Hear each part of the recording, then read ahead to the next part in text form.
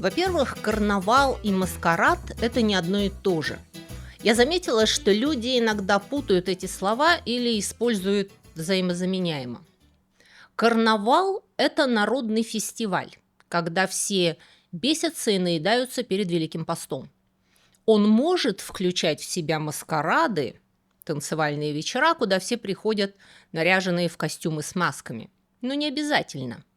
Масленица – это технический карнавал, но в масках ходят только ряженые.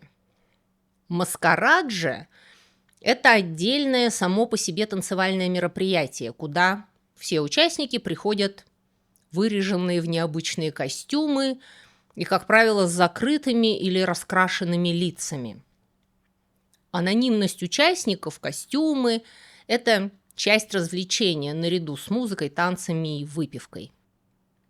В фильме «Карнавальная ночь» мы именно что видим новогодний маскарад, а не карнавал.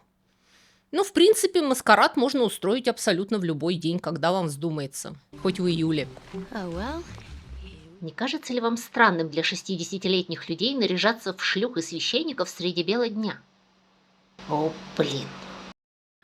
Карнавалы же всегда связаны с календарем. И несмотря на все свои дикие проявления и, возможно, языческие корни, даже вот такие, карнавал – это часть христианского литургического календаря.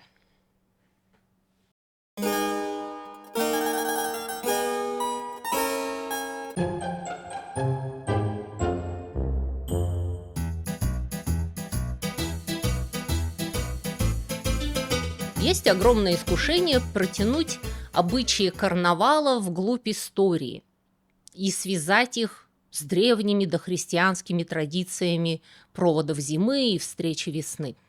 И, глядя на Масленицу, это очень легко сделать. Карнавал сохранил структуру языческих ритуалов окончания зимы.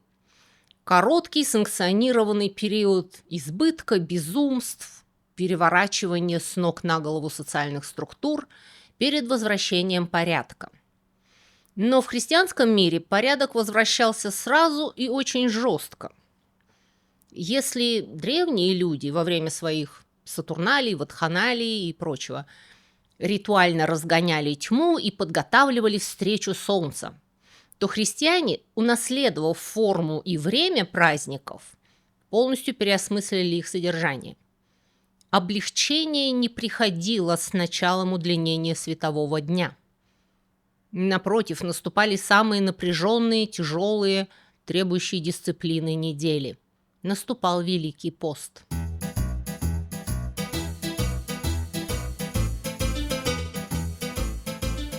В традиционных аграрных обществах потребление продуктов в течение зимы строго соответствовало календарной логике, тесно связанной с Масленицей и Великим постом. Поздней осенью совершался забой скота на мясо. Запас сена на зиму был ограниченным, кормить лишнее поголовье было бы нечем, зато низкие температуры давали возможность для хранения запасов мясопродуктов. Мясо солили, коптили, вялили, делали колбасы, создавая запасы, которых должно было хватить до весны. Также старались консервировать молоко, потому что в течение зимы коровы, овцы и козы дают меньше молока. И я понимаю, что это не очень актуально для среднерусской возвышенности, но в Южной Европе усиленно заготавливали сыр. На севере заготавливали впрок масло. К концу зимы, если год был благополучным, создавалась ситуация, когда запасы мяса и молока еще были, а оттепель приближалась. Запасы надо было доедать, пока они не испортились. И карнавал возник именно в этот момент. Это был ритуально санкционированный пик потребления. Продукты намеренно расходовались, пока они не протухли. Легендарная этимология возводит слово «карнавал» к латинскому выражению «carne vale» – «прощай мясо». На самом деле это слово, скорее всего, происходит от позднелатинского «carne levare», что означает «избавляться от мяса». Но для христиан слово «carne» также имело смысл «плоть». И слово «карнавал» несло в себе смысл прощания со всем плотским. Последние деньки, когда можно не просто досыта наесться, но и погрешить. Потому что Великий пост, для нехристиан сообщаю, означает не только диету, но и время, когда нужно глубоко задуматься о душе, молиться, каяться и в целом вести как можно более совершенную в христианском смысле слова жизнь. И карнавалы были временем, когда люди могли немного расслабиться и предаться разнообразным плотским излишествам. А костюмы и маски, танцы и шествия позволяли им сделать это анонимно и безнаказанно, одновременно ощущая общность с другими людьми, когда все вокруг дружно предаются чрезмерному потреблению мяса, алкоголя или каких-то лакомств, блинов, от которых они откажутся на долгие 40 дней предстоящего Великого Поста. А православные еще и на Страстную неделю перед Пасхой, которая в 40 дней не входит и является дополнительным бонусом. Поскольку вообще-то запасы еды в это время всегда естественным образом подходили к концу, и сложнее всего в пищевом смысле было пережить не самые холодные зимние месяцы, а именно конец зимы и предвесенье, пока не появлялась первая трава для скота и первые растительные витамины для людей. Это было время, когда всем приходилось затягивать пояса, ритуально закрепленные в Великий пост христиан.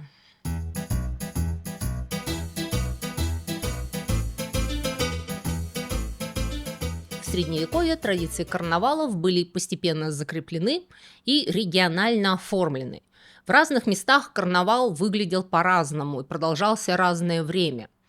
Но, как правило, карнавальные празднества стартовали с крещением или богоявлением и продолжались до начала Великого Поста. Но некоторые места начинали веселиться уже сразу после Рождества Христова. Общая схема карнавала сохранялась от страны к стране, от города к городу. Она включала в себя обязательные обильные пиры с обжираловкой, с лакомствами и большим количеством алкоголя. Кульминацией карнавала было массовое театрализованное шествие, которое включало в себя проход и танцы ряженых, парадные повозки, которые волокли по городу.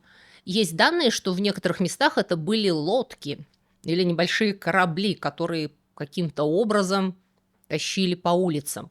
Их украшали как передвижные театральные сцены. И люди в масках, как профессиональные артисты, так и скоморохи, и энтузиасты из горожан, давали представления, музыкальные номера и тому подобное. В некоторых местах карнавальные мероприятия имели отчетливую христианскую окраску и не означали дикого языческого веселья. Даже карнавальные шествия сопровождались пением церковных гимнов, и люди хоть в целом и расслаблялись немножко, но не позорили себя на весь следующий год. Другие же места отрывались по полной. Потому что, несмотря на свою привязку к посту и христианству, карнавал оставался проявлением средневековой народной культуры, и многие местные карнавальные обычаи происходили и происходят от местных дохристианских ритуалов. К примеру, швабский фастнахт с его замечательными жуткими масками и странными обычаями, или сжигание чучела Масленицы, тоже явно языческий обряд.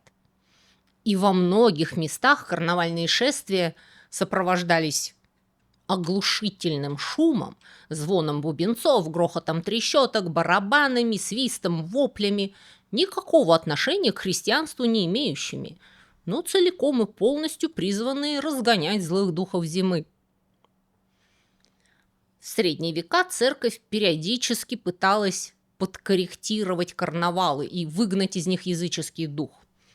К примеру, в малом указателе суеверия и язычества, составленном при Карле Великом в VIII веке, от которого до нашего времени осталось только оглавление, имеются упоминания о каких-то непристойных банкетах в феврале, от которых, видимо, следовало избавляться. К тому же периоду относится и фраза «Кто в феврале различными непристойными поступками пытается изгнать зиму, тот не христианин, а язычник». Немецкие исповедальные книги примерно 800 года содержат массу информации о том, как люди одевались в костюмы животных во время праздников в январе и феврале, хотя это был грех, за который полагалось немалое покаяние. Интересно, хоть и противно, что отдельным карнавальным развлечением в некоторых местах было издевательство над местными евреями. Это чисто христианская традиция, против которой местная церковь не возражала. Особенно Рим этим отличался. В течение XVIII и XIX веков в рамках ежегодного карнавала в Риме раввинов из гетто заставляли маршировать по улицам города в нелепых маскарадных костюмах, высмеивая их и забрасывая их разными предметами из толпы. В 1466 году, во время торжеств, организованных папой Павлом II, евреев заставляли бегать голыми по улицам Рима. Петиция еврейской общины Рима, направленная в 1836 году папе Григорию XVI с просьбой прекратить ежегодные издевательства, была отклонена. «Нецелесообразно вносить какие-либо нововведения», заявил папа. И больше мы сегодня о римских традициях карнавала говорить не будем. Для всех неитальянцев на слуху только один итальянский карнавал – в Венеции. На самом деле многие города Италии до сих пор славятся своими карнавалами.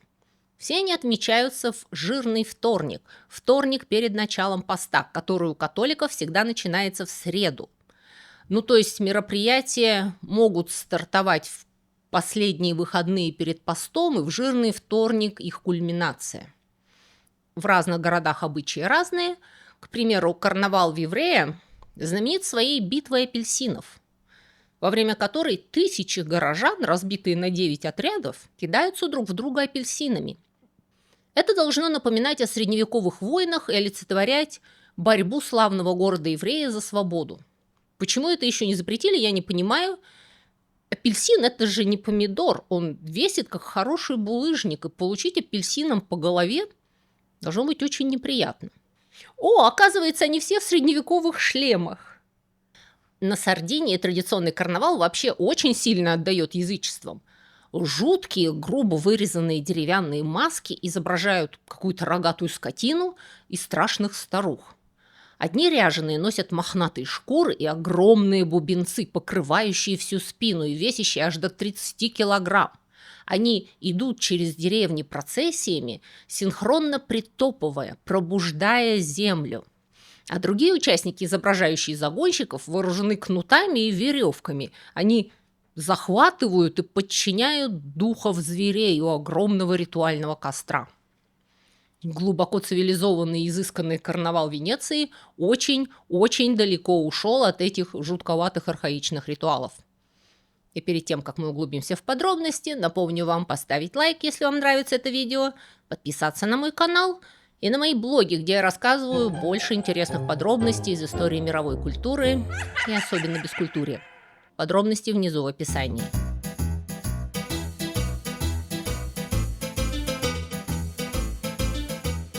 Венецианский карнавал стал легендарным не случайно. Венеция с рождения брендила себя как воплощенную сказку. Она была не такая, как все. Ее жители сделали то, что было не под силу никому больше. Они возвели богатый цветущий город на болотах, где никто не хотел жить, и где не было ни пахотной земли, ни леса, ни полезных ископаемых. Венецианцы создали свое богатство практически из ничего. Из соли, из волн и собственной предприимчивости. В те времена, когда большинство государств Европы были абсолютными монархиями, Венеция была торговой олигархией, где предприимчивая элита управляла огромным и пестрым населением, состоявшим из моряков, ремесленников, иностранцев, слуг и рабов. В принципе, и Венеция не являлась единственным городом-республикой в Европе, и даже в Италии. И тем не менее, Венеция имела некоторую специфику, которая отличала ее от всех других. В Венеции удалось создать исключительно сложную, уникальную политическую систему, которая в течение тысячи лет обеспечивала баланс власти в ситуации, которую было очень трудно сбалансировать. Все взрослые мужчины из патрицианских семей входили в Великий Совет, выбиравший все городское управление, вплоть до главы республики, дожа, и Совета 10, которого боялись абсолютно все. Олигархия смогла через сложную систему выборов и жеребьевки создать одновременно управляющие органы и органы, которые их контролировали, без того, чтобы знатные семьи распадались на враждующие партии. У богатого свободного населения было очень много возможностей с одной стороны, а с другой они находились под постоянным пристальным взаимоконтролем. И в этой ситуации Венеция смогла интегрировать карнавал в свою политическую, социальную, экономическую жизнь. В результате чего у туристов, которые толпами прибывали в город уже начиная с 17 века, создавалось впечатление, что в Венеции карнавал не кончается.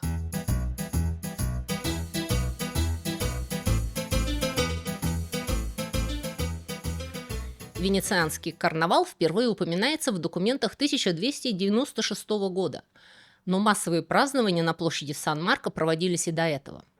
К концу 17-го, начала 18 века карнавал в Венеции окончательно сформировался в нечто совершенно особое, притягивающее поток туристов со всей Европы. И да, туризм тогда уже существовал, и к 18 веку туризм стал важной частью экономики города. Венецианский карнавал стал образцом, которому многие пытались подражать, но нигде не смогли повторить.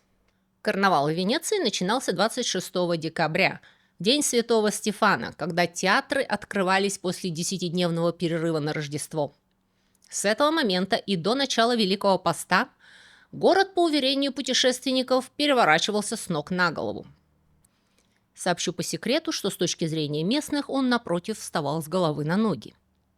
Кафе и горные дома, специально возведенные временные сцены, гадалки, канатоходцы, экзотические животные и шарлатаны всех мастей запруживали кампи и пьяцци.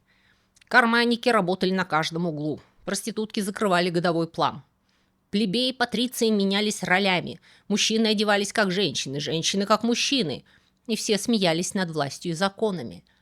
Площадь Святого Марка превращалась в одну огромную сцену, где обстановка представляла собой смесь великосветского бала и сельской ярмарки. И поскольку в Венеции не было широких длинных улиц для карнавальных процессий, карнавал растворялся в городе. Жители и гости города пользовались исключительной свободой. Казалось, что все правила приличия были временно приостановлены. Все были в масках, и многие в пышных замысловатых костюмах. Исторические фигуры, литературные персонажи, а также индейцы, турки, султанши, орликины и коломбины в украшенных гондолах скользили вдоль каналов, превращая лодки в плавучие банкеты. Люди в масках часто слонялись по городу группами, объединенные одной темой. К примеру, по улицам могли прохаживаться 7 смертных грехов, и дьявол вел их через толпу. Шутники периодически наряжались судьями и представителями власти и пытались стрясти с растерявшихся туристов или горожан штрафы, одновременно выкрикивая оскорбления в адрес власти. В один год стало модно одеваться нищими, и аристократы болтались по площадям, одетые в лохмотья, вымазанные в грязи, и выпрашивали денежку у посетителей кафе. Месье, je ne mange pas 6 jours. Ну, немецком давайте. Geben Sie mir bitte. Ну, немецкий, ладно, вы знаете. По-русски давайте. Подайте что-нибудь на пропитание бывшему депутату Государственной Думы. Венецианские кафе, куда очень рано, чуть ли не с начала XVIII века, начали свободно допускать женщин, что отличало их, к примеру, от лондонских кафе, становились эпицентрами карнавального веселья и временами, по сообщению возмущенных ревнителей порядка, превращались в пристанище вакханалий, где буйства продолжались с утра и до самой ночи. После наступления ночи те, кто не сидели в театрах, собирались за игорными столами. Венеция первая в Европе официально разрешила публичные азартные игры на время карнавала. Поняв, что власть не может эффективно предотвратить разгул азартных игр, Большой совет Венеции открыл в 1638 году по случаю карнавала «Иль Ридотто» – отдельное крыло Палаццо Дандоло в качестве первого в Европе государственного казино. Светские люди могли наконец-то предаться пороку в приличной обстановке, не беспокоясь, что им дадут табуреткой по голове и отнимут выигрыш, то, чем они регулярно рисковали на родине в подпольных игорных домах и злачных заведениях. Эта обстановка магнитом притягивала к себе туристов со всей Европы.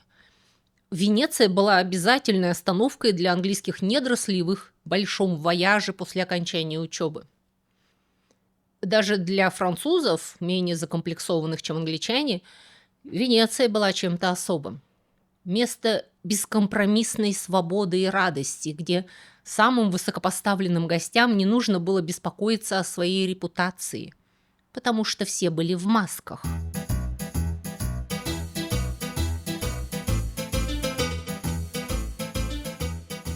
Первые документально подтвержденные источники, упоминающие использование масок в Венеции, относятся к XIII веку. Великий Совет объявил преступлением для людей в масках бросать душистые яйца.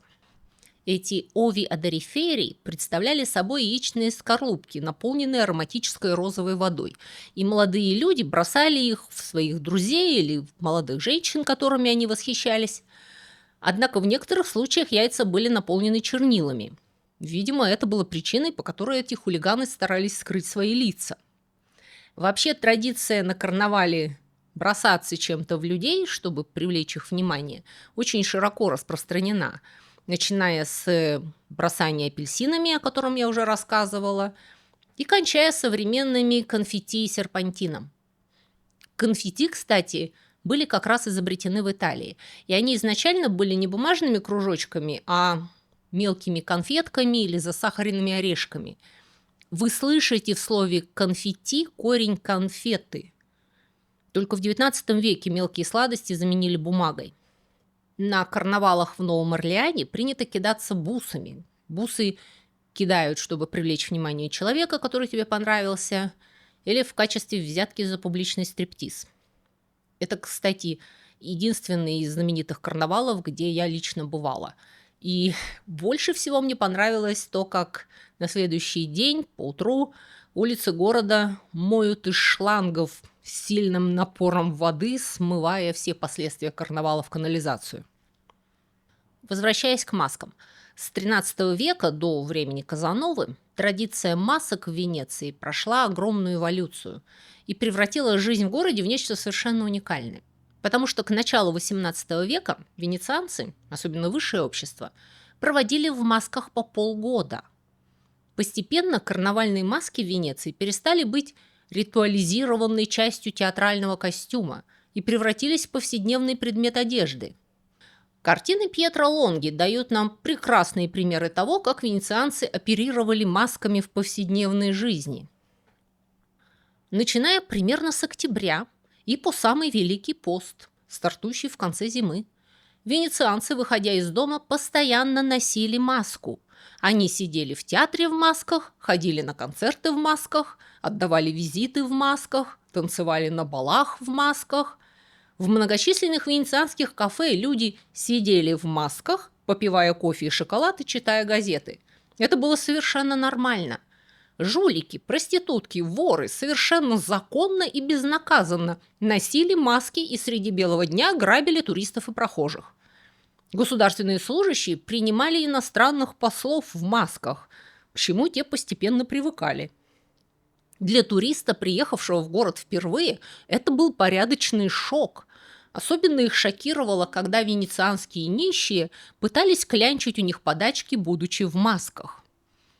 Но они быстро приспосабливались и начинали находить этот странный обычай удобным и дающим определенные преимущества. В подавляющем большинстве случаев ношение маски не означало автоматически, что человек замыслил что-то дурное. Он просто хотел некоторой приватности и анонимности в своих делах. В Венеции было очень мало земли. Все жили друг у друга на головах.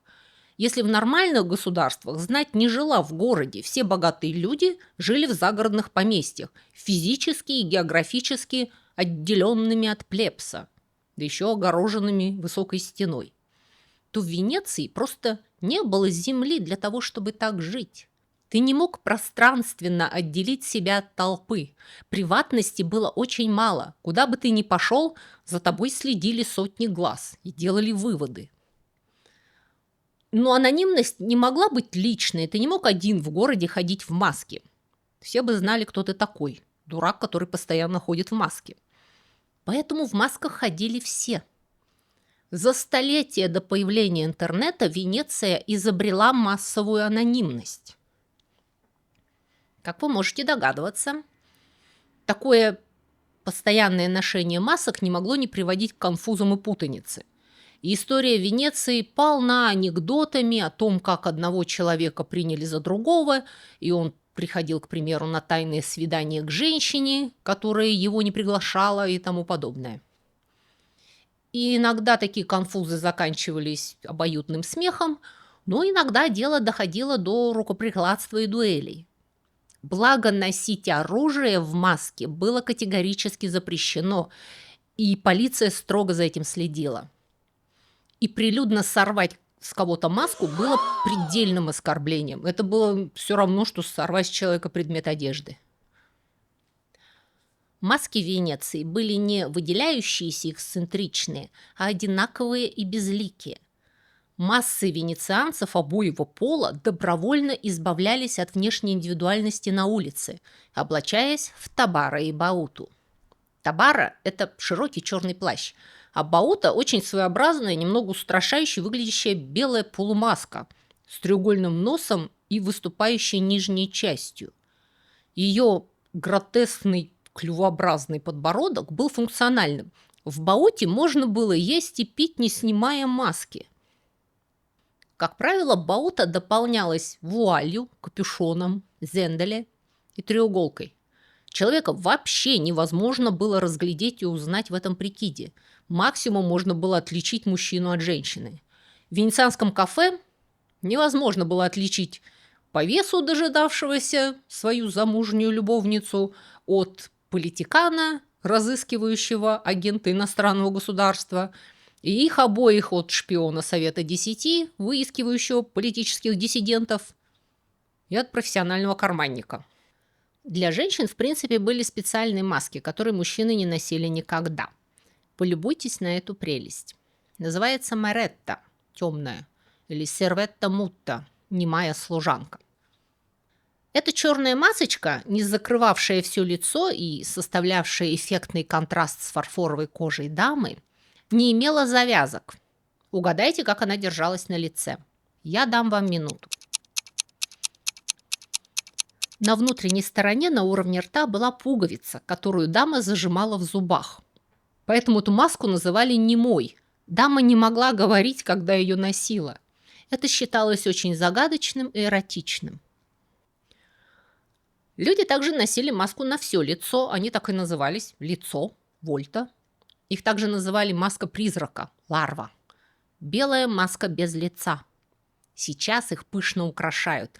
Но в классические времена задача маски была не привлечь внимание к носителю, а сделать его невидимым. Под маской и плащом было невозможно узнать, патриций ты или лакей, дама из общества или куртизанка.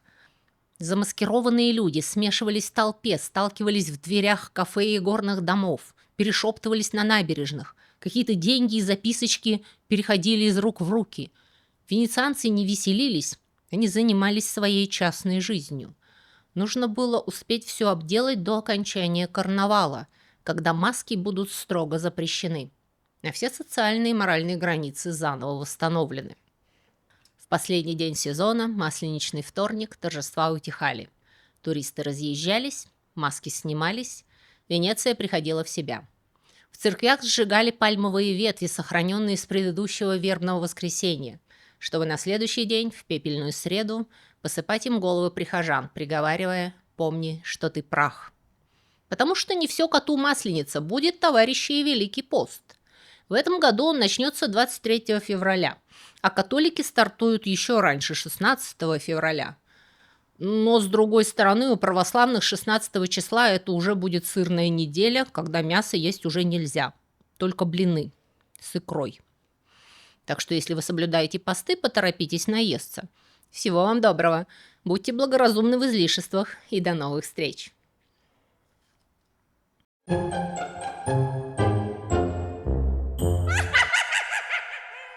Друзья мои, если вы хотели бы больше и чаще узнавать интересные, забавные и шокирующие факты, касающиеся истории и культуры, и особенно истории бескультурья, то вы можете подписаться на мой блог на Бусти или на Патреоне. Эти два блога абсолютно одинаковые. Я там пишу одно и то же, просто Бусти умеет принимать оплату российскими платежными средствами, а Patreon принимает разные международные кредитные карточки. На этих блогах я почти каждый день публикую занимательные рассказы с картинками. Это на первом уровне подписки. На втором же уровне вы также получите доступ к дополнительным коротким видео на темы, которые в YouTube не опубликуешь, и к полным вариантам некоторых еженедельных видео, опять же с такими подробностями истории бескультурья, которые не подходят для широкой аудитории. Оставляю на ваше решение, смотреть их или не смотреть в компании детей и внуков. Опять же, если вам не нравится вся эта реклама, которую в вашей стране вставляет в мои видео YouTube, то это еще одна причина подписаться на блоги, потому что там я размещаю субботние видео без рекламы и на 15 минут раньше. И последнее, но не по важности, причина подписаться на мой блог – вы тем самым поддерживаете этот канал и даете мне возможность все мое рабочее время посвящать вам. Приходите ко мне на Бусти или на Patreon, у нас там собирается замечательная душевная компания настоящих бескультурников. Ты что тут делаешь? Чай пью? А на сегодня у меня все. Всего вам доброго и до скорых встреч!